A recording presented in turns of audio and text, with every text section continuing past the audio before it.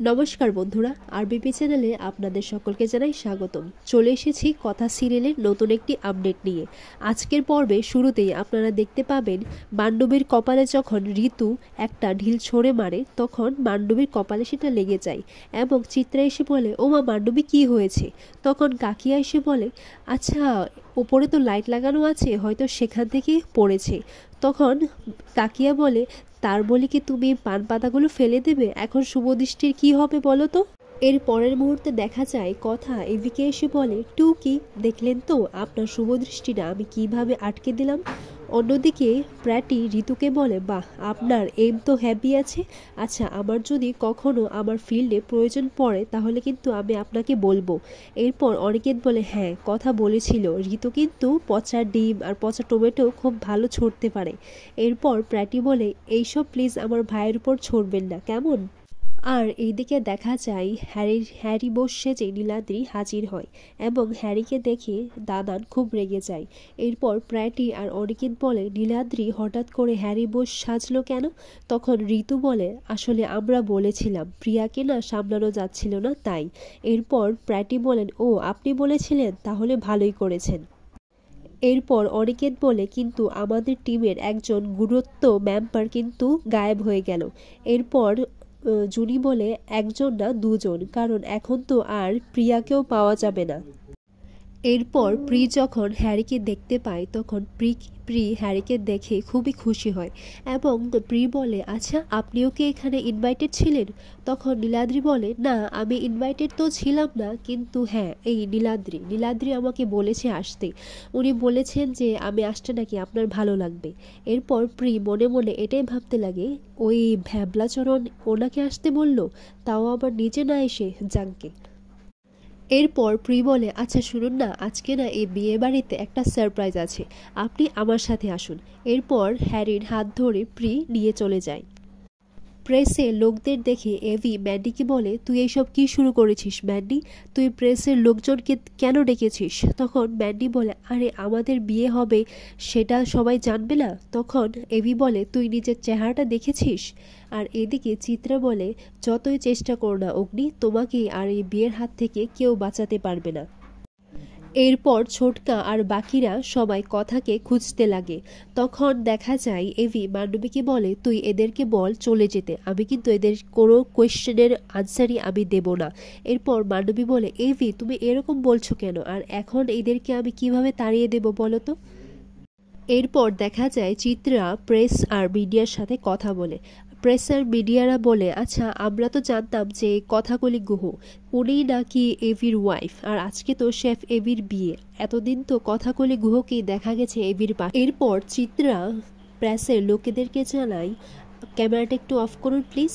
এরপর চিত্রা বলে, আসলে কথাকলি হচ্ছে এই বাড়ির আশ্রিতা, তাছাড়া ওর কোনো আইডেন্টিটি নেই, আর এই মান্ডবী হচ্ছে শেফ এভির ওয়াইফ। আপনারা তো ওদের বিয়েটা কভার করতে এসেছেন তাই না? আপনারা প্লিজ আসুন। আর অন্যদিকে দেখা যায় যে পাড়ার লোকেরা আর বিয়েতে আসা লোকজনরাও নানান রকমের কথা বলতে শুরু করে দেয়।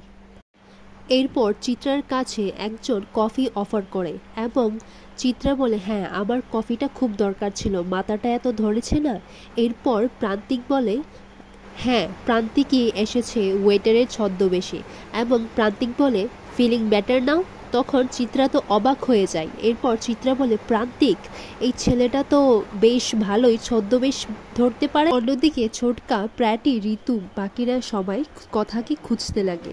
এমন সময় দেখা যায় প্রি নীলাদ্রিকে নিয়ে আসছে, মানে হ্যারি বোসকে। এরপর সবাই এটাই বলে যে প্রি আর নীলাদ্রি তো এদিকেই আসছে।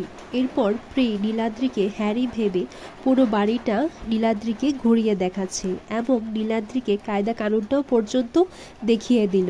নীলাদ্রি মনে মনে তখন এটাই ভাবে, হ্যারি আপনার মনে এতটা ছাপ রেখেছে রেডিও দিদিমণি। তখন ছোটকা নীলাদ্রিকে নীলাদ্রি বলে ডেকে দেয়।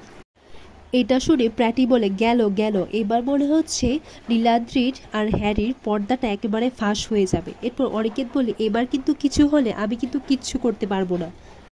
একটু পরেই প্রিয় এসে বলে, এই মামাই তুই হ্যারিকে এই ভ্যাবলাচরণ বলে ডাকলি কেন বলতো? এরপর ছোটকা বলে, আরে ওটা না, আসলে তুই নীলাদ্রির পাশে থাকিস তো সবসময়, তাই আমি হ্যারিকে দেখে ভেবেছি ওই হয়তো নীলাদ্রি হবে, তাই আর কি। এরপর ছোটকা বলে, আচ্ছা তোমরা কি কোথাও কথাকে দেখেছো? তখন সবাই বলে, না আমরা তো কোথাও দেখিনি। আর ঠিক আর ঠিক তখনই দেখা যায় কথা একটা ম্যাজিশিয়ানের সাজে এসে পড়ে আর কথা বলে, গিলি গিলি ইয়ে। এরপর সবাই কথাকে এটাই জিজ্ঞেস করে, তুমি হঠাৎ এই ম্যাজিশিয়ানের সাজে কেন আসলে? তখন কথা বলে, একদিন সকালে মান্ডবী এসে বউয়ের নাটকটা করেছিল আর আজকে আমি এই ম্যাজিকটা ওকে দেখাবো। এরপর কথা মজার ছলে বলে, আচ্ছা পাচক মশাইয়ের বিয়েটা কি সত্যি সত্যি দিয়ে দেব? তখন ঋতু বলে, এই কথা তুই পারলে না বিয়েটা দিয়েই দে। এরপর কথা ঋতুকে বলে, তোকে না। এরপর কথা প্রত্যয় আর অনিকের দাদাকে বলে, আচ্ছা আমাদের সব কিছু তৈরি তো? তখন তারা বলে, হ্যাঁ আমাদের সব কিছুই তৈরি আছে। এরপর কথা বলে, আচ্ছা তাহলে আমরা সব তৈরি তো? এরপর সবাই একসাথে হাত মেলায়। তারপর কথা বলে, আচ্ছা তাহলে যে যার নিজের জায়গায় চলে যাও, সবার সব কিছু মনে আছে তো? আর এইদিকে বিয়ের মণ্ডপের আশেপাশে কাউকে দেখতে না পেয়ে এমি মনে মনে এটাই বলে, আমাকে বিয়ের মণ্ডপে বসিয়ে সবাই কোথায় চলে গেল। আর ম্যান্ডি তো অনেক খুশি হয়, সে এমির সাথে সেলফি তুলতে লাগে। এমি বলে, তুই হাসছিস, তুই খুশি হচ্ছিস? তোর জায়গায় গোবরদেবী হলে না এটা কখনোই করতো না। তুই উল্টে প্রেসদের ডেকেছিস, আমাকে না জিজ্ঞেস করে তুই এটা কেন করলি বলতো? আর এইদিকে পিসিয়া মনে মনে এটাই বলে, ছোটবেলা থেকে অগ্নিকে আমি আগলে রেখেছিলাম আর আজকে এই বিপদ থেকে ওকে আমি বাঁচাতে পারলাম না। কোনোদিন যদি তোমার সাথে দেখা হয় বড় বৌদি, তাহলে আমি তোমাকে কি জবাব দেব বলো তো? এরপর ঠাকুরমশাই বলেন, শুভদৃষ্টি তো আর হলো না, এবার মালা বদল হবে। মালা বদলের সময় মান্ডবী যখন এদিকে মালাটা পরাতেই যাবে তখনই সেখানকার লাইটটা চলে যায় এবং তখনই কথা সেখানে ফিরে আসে। কথাকে সবাই ম্যাজিশিয়ানের পোশাকে দেখে অবাক হয়ে যায় এবং মান্ডবী বলে, এই গোবরদেবী তুই কি আমার বিয়েটা ভাঙতে চেয়েছিস? তখন কথা বলে, না রে মান্ডবী, আমি তোকে যখন কথা দিয়েছি যে তোকে বিয়েটা তার সাথেই দেব যার সাথে তোর বিয়েটা হয়েছিল, আমি সেই কথাটাই রাখবো। দে এবার মালাটা পরা। এরপর মান্ডবী যখন মালাটা পরাতেই যাবে তখন মান্ডবী সেই লোকটিকেই দেখতে পায় যে লোকটিকে সে ভিডিওতেই বিয়ে করেছিল আর তার বদলে এবির চেহারাটা বরফ করে দিয়ে দেওয়া হয়েছিল। মান্ডবী সে লোকটাকে দেখে তো খুবই চমকে যায়। মান্ডবী বলে, তুমি এখানে কি করছো? এরপর মান্ডবী কথাকে বলে, কথা এসব কি হচ্ছে আর এবিই বা কোথায়?